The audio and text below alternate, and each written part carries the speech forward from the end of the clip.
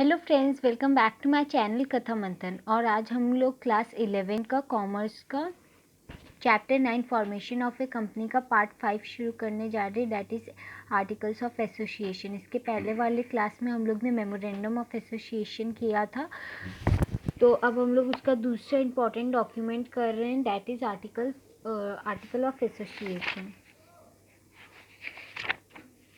तो अगर आपके पास एस चंद का बुक है तो आप लोग page number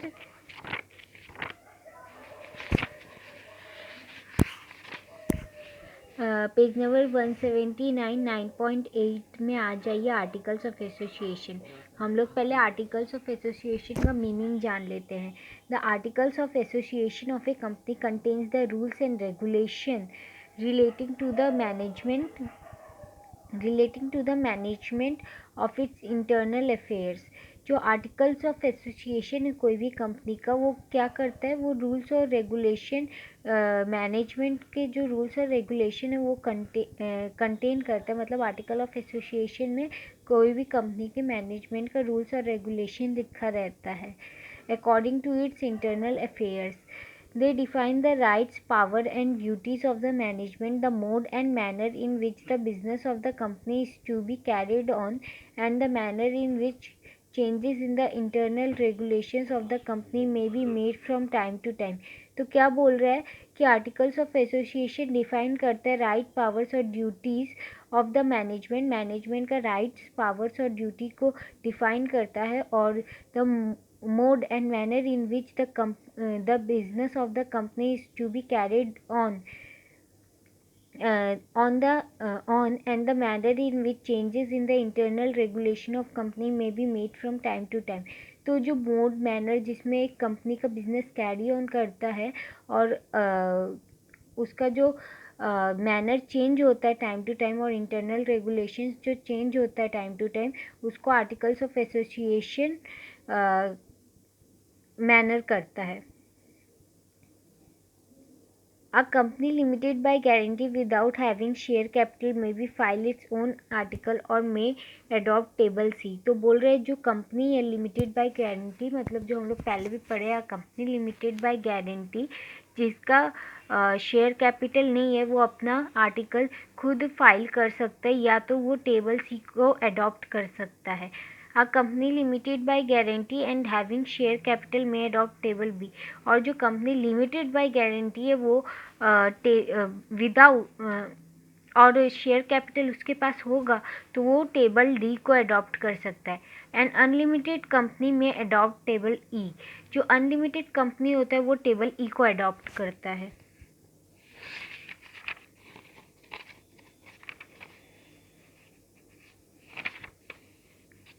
Now the articles of a private company must contain the following restrictions। जो प्राइवेट कंपनी का आर्टिकल्स होता है उसमें कुछ restrictions होते हैं।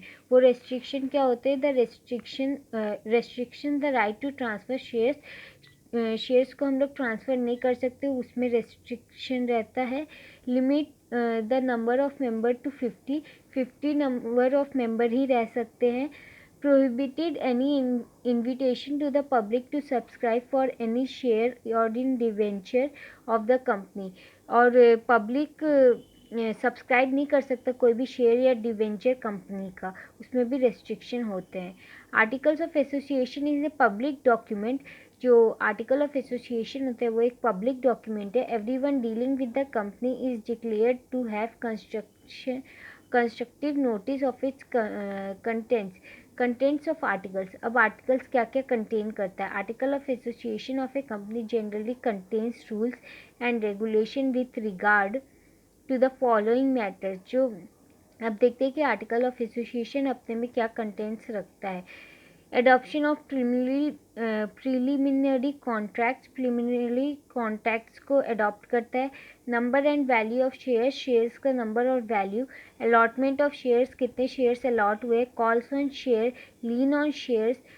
ये अलॉटमेंट और कॉल्स जो है ना, ये आप लोग क्लास 12 के अकाउंट्स में पढ़ेंगे इशू ऑफ शेयर्स में, कि तो आपको ये और अच्छे से क्लियर हो जाएगा कि अलॉटमेंट ऑफ शेयर्स और कॉल्स ऑफ शेयर्स होता क्या है। lien on shares, transfer and transmission of shares, forfeitures, reissue and surrender of shares, alteration of share capital, share certificates and share warrants, conversion of shares into stock. अब shares को stock में हम लोग कैसे convert कर सके ये भी उसमें कंटेंट रहता है. मीटिंग्स एंड प्रोसीडिंग्स, मीटिंग्स और प्रोसीडिंग्स रहता है. वोटिंग राइट्स रहता है. पॉल्स रहता है. अपॉइंटमेंट्स रहता है. रिम्यूनरेशन रहता है. डायरेक्टर्स रहते हैं. बोरोइंग पावर्स रहता है. डिविडेंड्स और रिजर्व्स रहते हैं. अकाउंट्स एंड ऑडिट्स रहता है. प्रोसीजर फॉर वाइंडिंग अप, अगर कंपनी को बंद करना हुआ तो उसके लिए हम लोग को क्या करना पड़ेगा वो भी पूरा प्रोसीजर है. और कंपनी का सील रहता है. अब distinction between memorandum and articles of association और मेमोरेंडम ऑफ एसोसिएशन, ये सबसे मेन चीज़ होता है. तो ये एक बार देख लीजिए. अब हम लोग पहले पॉइंट ऑफ डिफरेंस पढ़ लेते हैं, फिर मेमोरेंडम ऑफ एसोसिएशन में वो कैसे डिफर करता है आर्टिकल ऑफ एसोसिएशन से वो पढ़ते हैं. तो पहला हम लोग का पॉइंट ऑफ डिफरेंस है इसकी स्कोप. अब मेमोरेंडम ऑफ एसोसिएशन का स्कोप क्या होता है. Constitution of the company defines its objects and power. जो कंपनी का कॉन्स्टिट्यूशन है वो क्या डिफाइन करता है, उसका ऑब्जेक्ट ऑफ पावर, ऑब्जेक्ट और पावर. और आर्टिकल्स ऑफ एसोसिएशन क्या करता है, rules and regulation for day to day working of the company. वो डे टू डे कंपनी के वर्किंग के लिए रूल्स और रेगुलेशंस बनाता है. ड्राफ्टिंग और necessity, every memorandum of association के अंडर में every company must prepare and file it. जो ड्राफ्टिंग और नेसेसिटी होता है वो मेमोरेंडम ऑफ एसोसिएशन में हर कंपनी को प्रिपेयर करना पड़ता है और फाइल करना पड़ता है. अब public company limited by shares में अडॉप्ट टेबल ए. जो पब्लिक कंपनी है लिमिटेड बाय शेयर्स वो टेबल ए को अडॉप्ट कर सकता है. Purpose to define the objects and powers of a company. Memorandum of association का पर्पस क्या है कि वो ऑब्जेक्ट और पावर को डिफाइन करता है कोई भी कंपनी का. To lay down rules and regulation for management of internal affairs. और आर्टिकल्स ऑफ एसोसिएशन का पर्पस क्या है कि वो रूल्स एंड रेगुलेशन लिखता है मैनेजमेंट के लिए, ताकि वो इंटरनल अफेयर्स जो जो करता है उस मैनेजमेंट के लिए वो रूल्स एंड रेगुलेशंस लिखता है. स्टेटस और supremacy, main document constitution of the company. Memorandum of association main document है और articles of association memorandum of association का सब्सिडियरी, मतलब उससे छोटा है.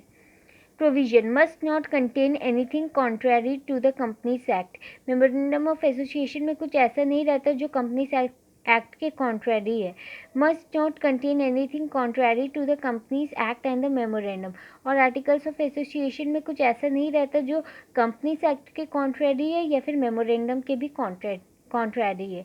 अब relationship, memorandum of association regulates relationship between the companies and outsiders. और मेमोरेंडम ऑफ एसोसिएशन क्या करता है, वो कंपनी और बाहर के लोगों के साथ रिलेशन क्या रेगुलेट्स करता है.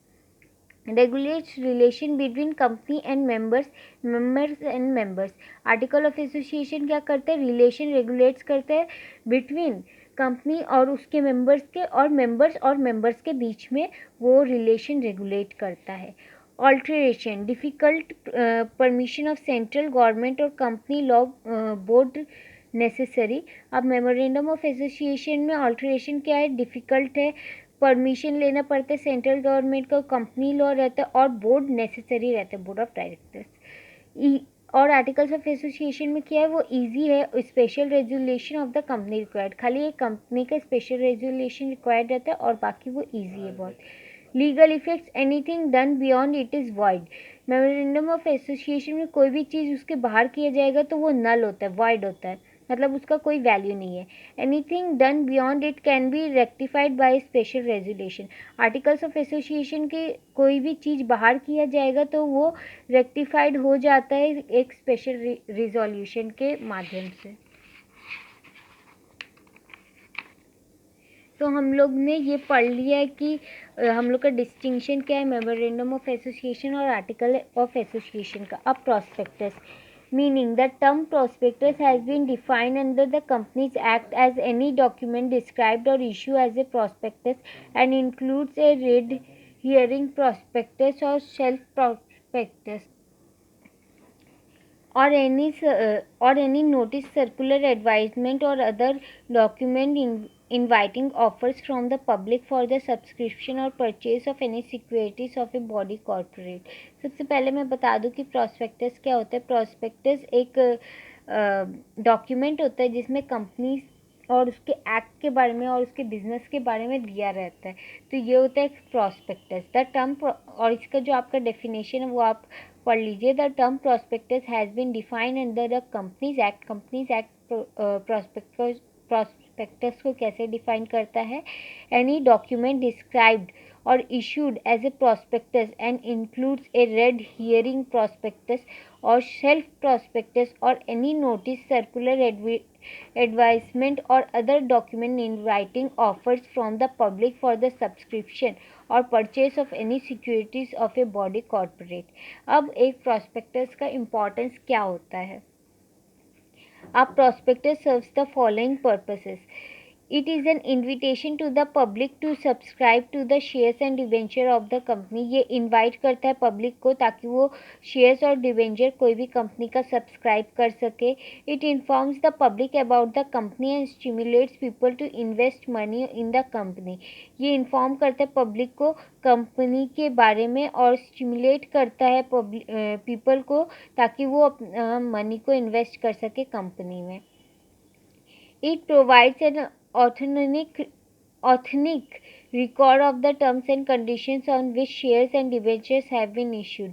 ये प्रोवाइड करता है एक ऑथेंटिक रिकॉर्ड प्रोवाइड करता है जिसमें टर्म्स और कंडीशंस लिखे रहते हैं जिसमें शेयर्स और डिवेंचर्स इशूड हुआ है।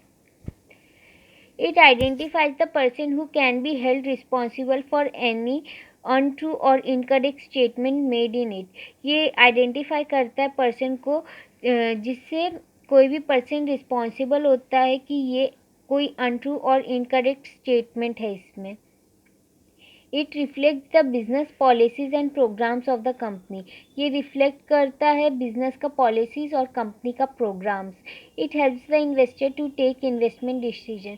जो लोग पैसे लगाते हैं कंपनी में तो वो लोग को मतलब इन्वेस्टमेंट डिसीजन के लिए ये बहुत हेल्प करता है। Now contents of prospectus. अब प्रॉस्पेक्टस क्या क्या कंटेंट करता है? A prospectus issued by a company must contain the matter specified in Schedule 2 of the Companies Act। Schedule 2 Companies Act का एक prospectus क्या क्या कंटेन करता है? The main contents are as follows. Name of the company, company का नाम, address, registered office, nature of business and the main objects of the company. Business का क्या नेचर है और कंपनी का क्या ऑब्जेक्ट है ये सब लिखा रहता है। Capital structure of the company, company को खोलने में कितना कैपिटल स्ट्रक्चर लगा है। History of the company, company का हिस्ट्री मतलब कैसे शुरू हुआ ये company, it's promoters, it's background, particulars of management, location of the project etcetera, particulars about underwriters, auditors, brokers, bankers, etc., particulars, objects and terms of the present issue। So ये सब रहता है इसमें। अब सेल्फ प्रॉस्पेक्टस क्या होता है? It is a prospectus in respect of which the securities और class of securities included therein are issued for subscription in one or more issue over a certain period without the issue of a further prospectus। तो ये एक ऐसा prospectus है जिसमें security और class of securities include रहता है और इसमें सब्सक्रिप्शन के बारे में एक या एक से ज़्यादा इश्यूज़ रहते हैं कोई भी और समय के लिए टू इशू दूसरे प्रॉस्पेक्टस को इशू करने के लिए। Red herring prospectus, it means a prospectus which does not contain complete particulars on the price और the quantum of the securities included therein। It is issued by companies which raise capital through the book building process। अब statement in lieu of prospectus। A public company having share capital need not file and publish a prospectus if it wants to raise its capital privately without public notice। अब जो public company होता है share capital के साथ उसको prospectus publish करने का कोई दरकार नहीं है। If it wants to raise its capital privately, अगर ये कंपनी अपना प्राइवेटली कैपिटल रेज करना चाहता है तो वो विदाउट पब्लिक नोटिस कर सकता है। In such a case it must file a statement in lieu of prospectus. और इस केस में उसको प्रोस्पेक्टस नहीं बल्कि एक statement in lieu of prospectus issue करना पड़ेगा with the registrar of company at least 3 days before the allotment of shares को अलॉट करने से 3 दिन पहले उसको रजिस्ट्रार ऑफ कंपनीज के साथ मिलकर statement in lieu of prospectus issue करना पड़ेगा। तब उसको प्रॉस्पेक्टस इशू करने का कोई ज़रूरत नहीं है जब वो अपना कैपिटल प्राइवेटली रेज करना चाहता है, तो उसको पब्लिक नोटिस देने का ज़रूरत नहीं है। और ये कौन सा कंपनी कर सकता है? A public company having share capital. Statement in lieu of prospectus should be in the form set out in part 1 of schedule 2 of the Companies Act 2013। अब statement in lieu of prospectus कैसा रहता है? जैसा schedule 3 में दे रखा है, schedule 3 part 1 companies act 2013 में दे रखा है, वैसा होना चाहिए statement in lieu of prospectus। अब minimum subscription, a company making any public or rights issue of shares or debentures cannot make allotment of the shares or debentures unless it has received a minimum subscription against the proposed issue of securities। The word minimum refers to the nominal amount of share applied for and not the amount payable on application. तो इधर minimum word क्यों use किया गया? क्योंकि एक nominal account है जिसमें shares applied किए गए, ना कि वो अमाउंट है जिसमें हम लोग एप्लीकेशन मनी शेयर्स का भरे हैं। The amount of minimum subscription is fixed by the director. It is necessary to cover the following requirements। अब following requirements necessary होता है minimum subscription को fix करने के लिए डायरेक्टर्स के साथ। Preliminary expenses, underwriting commissions, working capital, the cost of any property purchased or to be purchased, payment of any money borrowed for the above purpose, any other necessary expenditures। अब preliminary expenses are incidental to the formation of a company। These are treated as fictitious assets and written off over a period of time। अब जो preliminary expenses है वो incidentally एक formation of a company होता है और वो treat किया जाता है एज फिक्टिशियस एसेट जो रिटर्न ऑफ हो जाता है, मतलब हटा दिया जाता है कुछ समय के बाद। Preliminary expenses include the following expenses. अब प्रीलिमिनरी एक्सपेंसेस के अंदर कौन कौन से एक्सपेंसेस आते हैं? Cost of preparation and printing the memorandum of association and articles of association. जो मेमोरेंडम ऑफ एसोसिएशन और आर्टिकल ऑफ एसोसिएशन को प्रिंट करने में कॉस्ट लगता है वो आता है इसमें। Cost of preparing printing and circulating the prospectus. Prospector को प्रिंट करने के लिए, प्रिपेयर करने के लिए और सर्कुलेट करने के लिए जो कॉस्ट बैठता है वो भी इसमें आता है। Cost of registering the company. Cost of preliminary agreements, filing of documents, stamp duty and fees etcetera, ये सब का कॉस्ट आता है। Cost of preparing and printing application forms, letters of allotment and share certificate, fees of valuers for report certificate etcetera. अब scanning the prospectus, nature of business, objects of the company, management, capital structure, property acquired and purchase consideration, past history, material contract, business association, restriction, market comments, ये सब हम लोग पहले भी पढ़ चुके हैं। तो स्कैनिंग ऑफ प्रॉस्पेक्टस में क्या बोल रहा है कि इसमें होना चाहिए नेचर ऑफ बिजनेस। बिजनेस का क्या नेचर है, मतलब बिजनेस किस लिए किया जा रहा है और कंपनी का क्या ऑब्जेक्ट है इस बिजनेस से, मतलब फॉर अर्निंग प्रॉफिट्स या फिर फॉर बेनिफिट्स ऑफ सोसाइटी। अब मैनेजमेंट, ये बिजनेस का मैनेजमेंट कैसा है, कंपनी का मैनेजमेंट कैसे है। कैपिटल स्ट्रक्चर, मतलब ये बिजनेस का कैपिटल स्ट्रक्चर कैसे ये शुरू किया गया था, उसमें कितना इन्वेस्टमेंट लगा, वो सब कैपिटल स्ट्रक्चर। अब पास्ट हिस्ट्री, कंपनी का पास्ट हिस्ट्री मतलब ये कंपनी कैसे स्टार्ट किया गया था। मटेरियल कॉन्ट्रैक्ट्स, जो मटेरियल लिए गए हैं उसको कॉन्ट्रैक्ट्स कैसे, उसका जो कॉन्ट्रैक्ट्स है मतलब उसको पूरा अच्छे से मटेरियल को स्क्रूटिनाइज करना, मतलब अच्छे से देखना। बिजनेस एसोसिएट्स, कौन कौन से बिजनेस और एसोसिएटेड है इसमें और इस कंपनी का क्या क्या रेस्ट्रिक्शन है। और मार्केट कमेंट्स और property acquired and purchase consideration. So guys, इसी के साथ हम लोग का फॉर्मेशन ऑफ ए कंपनी ख़त्म होता है और अगर आपको कोई भी डाउट्स होगा तो आप मेरे को कमेंट सेक्शन में पूछ सकते हैं, और इसका मैं इंपॉर्टेंट क्वेश्चन आंसर्स और शॉर्ट नोट्स आपको अपने ब्लॉग में लिख दूंगी, जिसका लिंक मैं डिस्क्रिप्शन बॉक्स में दे दूंगी। और अगर आपको कोई भी डाउट होगा रिलेटेड टू कॉमर्स, इकोनॉमिक्स या अकाउंट्स, आप मेरे को कमेंट सेक्शन में पूछ सकते हैं, आपको मैं आंसर दे दूंगी। और अगर आपको ये वीडियो पसंद आया तो आप इसे लाइक, शेयर एंड सब्सक्राइब कीजिएगा। Thank you friends, thank you for watching my channel Katha मंथन।